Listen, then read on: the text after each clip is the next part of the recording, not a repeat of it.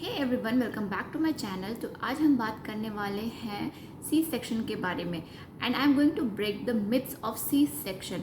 क्योंकि बहुत सारे ऐसे भ्रम हैं जो लोगों ने फैला रखा है, बहुत सारे ऐसे मिथ्स हैं जो लोगों ने ऐसा फैला रखा है कि सी सेक्शन के बाद ये होता है, वो होता है, ऐसा ही होता है, वैसे होता है। और जो न्यू मॉम्स होती है या फिर जो प्रेग्नेंट लेडी होती है उनके मन में एक डर बैठा रहता है सी सेक्शन को लेके। ठीक है, तो आज मैं इन सब चीज़ों के बारे में बात करने वाली हूँ। तो वीडियो को पूरे एंड तक देखना, वीडियो को स्किप मत करना। और चलो वीडियो को शुरू करते हैं। तो वीडियो शुरू करने से पहले मैं अपना इंट्रोडक्शन दे देती हूँ। मेरा एक 2.5 साल का बेटा है और एक 7 मंथ्स की बेटी है। तो अभी अगर मैं आपको बताऊँ तो मेरा 2 सी सेक्शन हो चुका है और 7 मंथ्स पहले मेरा सी सेक्शन हुआ है। तो अभी 7 मंथ्स ही हुए हैं मेरा सी सेक्शन को लेके। तो मैं जो मेरा एक्सपीरियंस रहा है ना, मैं उस चीज़ के बारे में बात करने वाली हूँ। चलो स्टार्ट करते वीडियो को। तो पहली जो पॉइंट होती है ना, लोग ये कहते हैं कि सी सेक्शन एक इजी वे है बर्थ करने का। तो ये सबसे ज़्यादा बड़ा गलत फहमी है लोगों का, क्योंकि ये इजी नहीं है पहली बात। और कोई दुनिया में ऐसा डॉक्टर भी नहीं है और कोई ऐसा नहीं है जो चाहता हो कि उसको सी सेक्शन हो, क्योंकि सी सेक्शन के बाद बहुत सारी कॉम्प्लिकेशंस होती है। तो कोई अपनी मर्जी से सी सेक्शन के लिए नहीं जाता है। जब तक उसको कुछ कॉम्प्लिकेशंस नहीं हुआ हो या डॉक्टर ने हाईली रिकमेंड नहीं किया हो, तब तक वो सी सेक्शन के लिए नहीं जाता है। तो वो एक इजी वे आउट नहीं है, पहला मिथ। दूसरा मिथ कि लोगों को ऐसा लगता है कि इसकी रिकवरी के लिए बहुत टाइम लगता है। सो रिकवरी टेक्स टाइम। तो ऐसा भी बिल्कुल नहीं है। देखो, 7 मंथ्स के बाद मैं आपके पास बैठी हूँ, आपके सामने बैठी हूँ, ऐसा कुछ नहीं है। इट ऑल डिपेंड्स कि हम कैसे अपना अपना ख्याल रख रहे, कैसे अपना ध्यान रख रहे। तो ये सारा ये सब चीज़ इस पर डिपेंड करता है। तो ऐसा नहीं है कि सी सेक्शन को रिकवरी के लिए बहुत ज़्यादा टाइम लगता है। ठीक है। थर्ड मिथ ये है कि ऐसे लोग कहते हैं कि सी सेक्शन के बाद आपको बेड रेस्ट करना पड़ेगा, प्रॉपर आपको बेड रेस्ट चाहिए होगा। तो ये भी एक बहुत बड़ा मिथ है। ऐसा कुछ भी नहीं है, क्योंकि डॉक्टर्स खुद आपको 24 आवर्स के बाद आपको खड़ा होने को कहते हैं, वॉक करने को कहते हैं। तो आप ऐसा कैसे सोच सकते हो कि आपको बेड रेस्ट चाहिए? ऐसा बिल्कुल भी नहीं है। इनफैक्ट जितना आप एक्टिव रहोगे सी सेक्शन के बाद, उतनी जल्दी आपकी रिकवरी होगी। चौथा मिथ ये है, लोगों का ऐसा कहना है कि अगर आपका एक बार सी सेक्शन हो जाता है, ऑपरेशन हो जाता है, तो आपको पूरी लाइफ टाइम बैक पेन का इशू होगा। जो भी ये कहते हैं ना, वो भी एक मिथ है। ये बिल्कुल गलत है, ऐसा बिल्कुल भी नहीं है। क्योंकि जो बैक पेन होता है ना, उसका रीज़न ये नहीं है कि हमें जो एनेस्थेसिया दिया रहता है ना बैक बोन में, उसकी वजह से होता है। ये बिल्कुल भी नहीं। ये हमारा जो पोस्चर होता है ना, बेबी होने के बाद जब हम उसको बैठ के ब्रेस्ट फीड कराते हैं, हमारा पोस्चर सही नहीं है ना, बॉडी पोस्चर सही नहीं है, इसकी वजह से बहुत लोगों को बैक पेन होता है। तो ये बिल्कुल गलत बात है कि आपको ऑपरेशन की वजह से बैक पेन हो रही है। तो ये कहीं भी सही नहीं है। तो ये चौथा मिथ था, जो कि बिल्कुल भी गलत है। ठीक है। पांचवा मिथ ये है कि आप एक्सरसाइज नहीं कर सकते। बहुत लोग ऐसे कहते हैं कि सी सेक्शन के बाद आप एक्सरसाइज नहीं कर सकते। तो ऐसा बिल्कुल भी नहीं है। आपको 6 to 8 वीक्स लगता है रिकवरी का, जो कि उसके बाद आप थोड़ा थोड़ा, जैसा आपका बॉडी आपको इंडिकेशन दे, जैसा बॉडी आपका साथ दे, आप उस तरह से लाइट हल्का हल्का एक्सरसाइज शुरू कर सकती हैं। तो ये भी एक मिथ था कि आप एक्सरसाइज नहीं कर सकती है। पांचवा मिथ हो गया। छठा मिथ ये है कि आपका, लोग ऐसा कहते हैं कि आपका बेबी के साथ आपका इमोशनल बॉन्ड नहीं बनता है सी सेक्शन के बाद, जो कि यहाँ पे भी ये गलत है। क्योंकि एक बेबी और एक मदर का बॉन्डिंग शुरू से रहता है और हमेशा रहता है। तो ये बिल्कुल भी सही नहीं है, क्योंकि छोटा बेबी के साथ आप रहते हैं, आप टाइम स्पेंड करते हैं, तो वो बॉन्डिंग अपने आप बन जाता है। ये एक नेचुरल प्रोसेस है और एक ये ह्यूमन नेचर है कि भाई बॉन्डिंग तो बनना ही है। तो ये भी कहीं का सही बात नहीं है, ये भी ऐसे ही है, कुछ भी नहीं है इसमें। ठीक है। तो हम चलते हैं, आगे बढ़ते हैं। तो उसके बाद है ना कि लोग ऐसा कहते हैं कि अगर आपको एक बार सी सेक्शन हो गया है तो आपको नॉर्मल डिलीवरी नहीं हो सकता, जो कि फिर यहाँ पे ये मिथ है। क्योंकि यहाँ पे मैंने बहुत सारे लोगों को देखा है कि सी सेक्शन के बाद भी नॉर्मल डिलीवरी होता है। तो ऐसा कहीं नहीं है कि आपको अगर सी सेक्शन हो गया तो फिर आपका नॉर्मल डिलीवरी नहीं हो सकता है।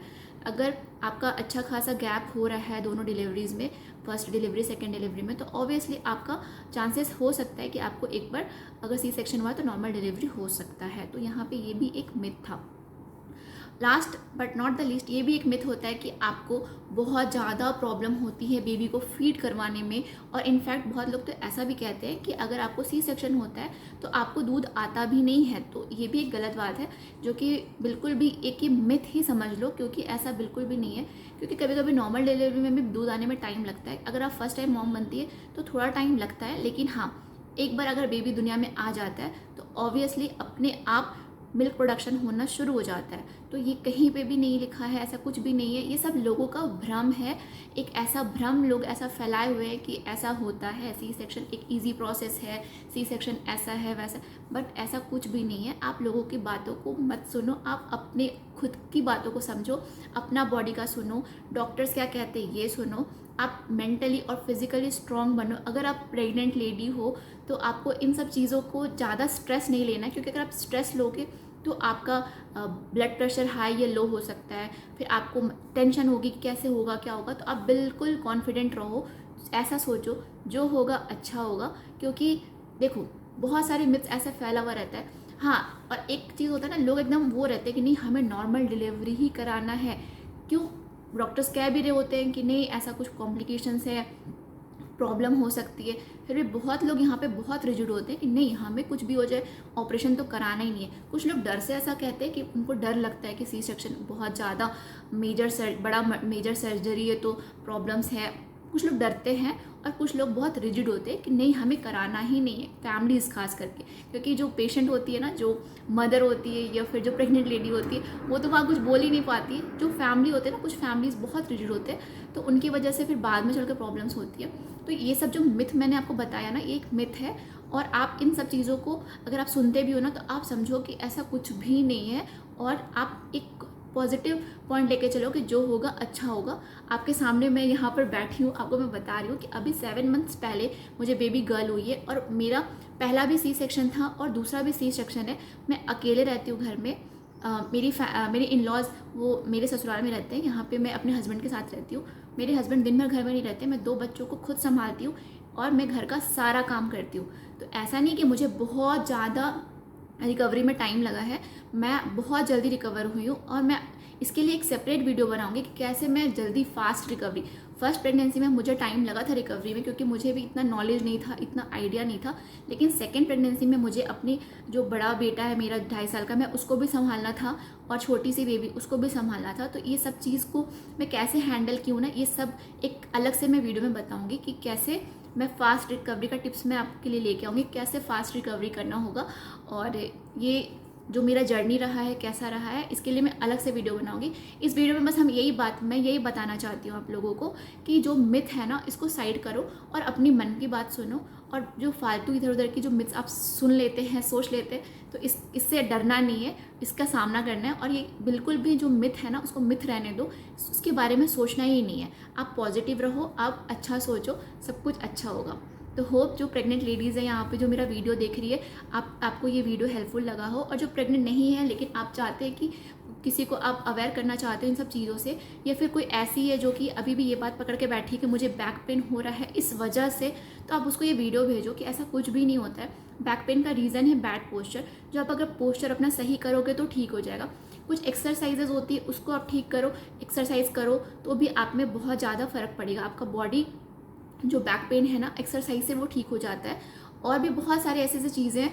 तो ये वीडियो को हम लंबा नहीं करते, क्योंकि इसमें मैं बस जो मिथ था ना उसको मैं ब्रेक करने आई थी, बताने आई थी कि मिथ है, मिथ रहने दो, बाकी आप ज़्यादा टेंशन नहीं लो। और चलो ठीक है, आज का वीडियो यही पे एंड करते हैं। आपको कैसा लगा मेरा वीडियो ज़रूर आप मुझे कमेंट में बताना। और आपको अगर ये हेल्पफुल लगा हो तो जितना ज़्यादा से ज़्यादा हो सके आप शेयर करो, कमेंट करो।